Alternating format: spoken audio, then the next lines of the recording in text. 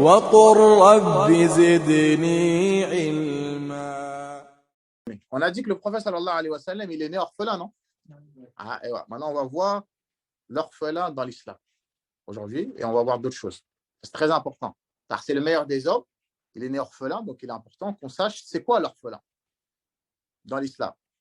Alors, notez linguistiquement, en arabe, linguistiquement, al-yatim, ça vient du mot al-yutmu, qui veut dire solitude. Al-yutmu, ça veut dire solitude, ça veut dire besoin. Al-yutmu, ba'na al-infirad ou al-haja. Le mot yatim en arabe, linguistiquement, ça veut dire al-infirad, la solitude, être seul. Ça vient aussi du mot être dans le besoin. Ça, c'est linguistiquement. Et comme on le voit, le yatim, il est seul. Son père, il n'est plus là, et il est dans le besoin. Ça y est. Maintenant, religieusement, là, c'est linguistiquement. Hein. Quand on dit linguistiquement yatim en arabe, ça veut dire solitude et besoin. Maintenant, religieusement, yatim, man faqada abahu, c'est celui qui a perdu son père, pas la mère. Pas la mère. Religieusement, le yatim, man faqada abahu, celui qui a perdu son père, bisinnin sarir, en étant en bas âge, qabla al-bulugh, avant d'atteindre la puberté. C'est ça le yatim. Que ce soit un homme, un garçon ou une fille, hein. Celui que son père est décédé alors qu'il n'est pas encore pubère, bah, c'est un yatim. Il y en a, ils disent, ouais, mais orphelin de mère. Non, dans l'islam, orphelin de mère, ça n'existe pas. C'est que orphelin de père, tout simplement. Ça, il faut que ce soit bien clair. Quand on dit yatim, religieusement, dans notre religion, maintenant, je ne sais pas, dans d'autres traditions, dans l'islam, quand on entend orphelin, l'orphelin, ce n'est pas celui qui a été conçu hors mariage. Ça, ce n'est pas orphelin. Genre, sa mère, elle a eu des relations avec un homme et il a disparu dans la nature. Ce n'est pas un orphelin. Lui, il a été conçu hors mariage. Orphelin, c'est celui dont l'union a été légale, le père et la mère, et ensuite le père, il est décédé, avant que l'enfant il soit majeur. C'est ça, yatim, dans la religion. Est-ce que c'est clair, ça ou pas? Très important, ça, parce qu'il y en a, ils confondent. Il y en a, ils confondent quand sa mère elle est décédée, ah, miskin, yatim. Mais ce n'est pas yatim, ça. Celui dont sa mère elle est décédée, en arabe, on appelle ça al-ajiyu. En arabe, son père il est en vie, mais sa mère elle est décédée alors qu'il était en bas âge, on appelle ça al-ajiyu en arabe. On n'appelle pas ça yatim. Maintenant, celui qui a perdu ses deux parents en étant en bas âge, on l'appelle al-latimu. Al-latimu, c'est celui qui a perdu son père et sa mère, les deux, avant d'être pubère. En arabe, on l'appelle al-latimu. Donc, il y a les trois. Quand on te dit yatim, c'est que le père qui est décédé, avant qu'il soit majeur. Quand on te dit al-ajiyu, c'est que la mère qui est décédée. Et quand on te dit al-latimu, c'est que les deux qui sont décédés. Donc, nous, ce qu'on a besoin, c'est al-yatim, c'est celui dont son père il est décédé. Comprenez bien ça, il y en a beaucoup qui mélangent. Hein. Quand la mère elle est décédée, ce n'est pas un yatim. Hein. D'accord? Notez maintenant, dans Abu Daoud,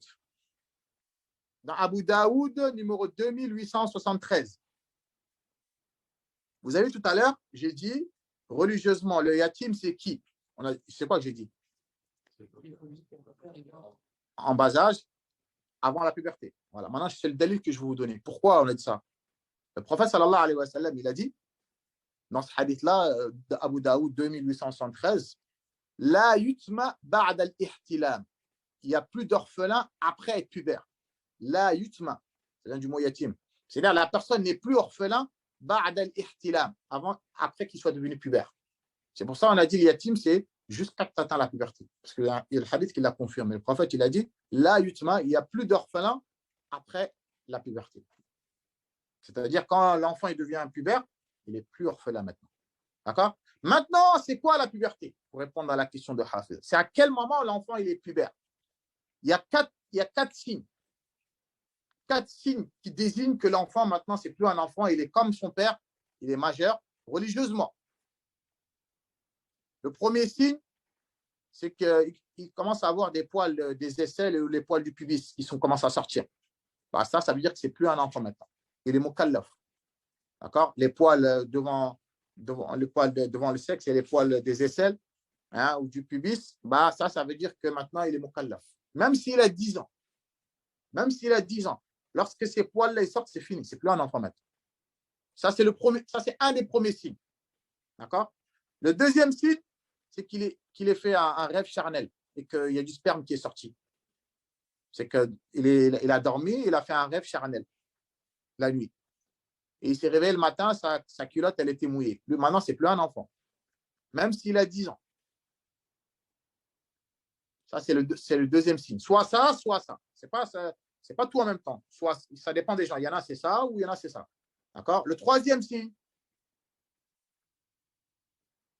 celui-là, c'est spécifique à la femme quand elle voit ses règles. Même si elle a 11 ans, elle a vu ses règles, bah, ça veut dire que maintenant, elle est pubère. Khalas. Et le quatrième signe, et le dernier, là, il y a divergence. Il y en a, ils ont dit 15 ans. Il y en a, ils ont dit 18 ans. Mais le plus nombreux, c'est 15 ans. La parole la plus truc, c'est 15 ans. C'est-à-dire, quand il arrive à 15 ans, même s'il n'a pas vu un de ces trois signes qu'on a vus, il arrive à l'âge de 15 ans, ça y est, khalas, il est pubère, il n'est plus orphelin maintenant. C'est ça, pubère. Maintenant, il devient comme son père, comme sa mère. La prière, elle devient obligatoire. Il est devenu responsable. Vous avez compris? Donc maintenant, le yatim, s'il n'a pas atteint un de ces quatre signes, c'est un orphelin. Maintenant, quand il arrive à ça, hafid, khalas.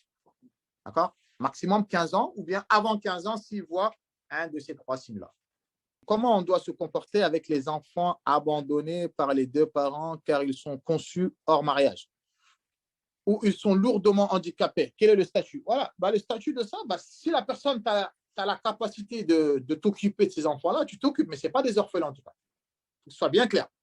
Hein, s'occuper des enfants que les parents ils ont abandonnés, etc., c'est très bien.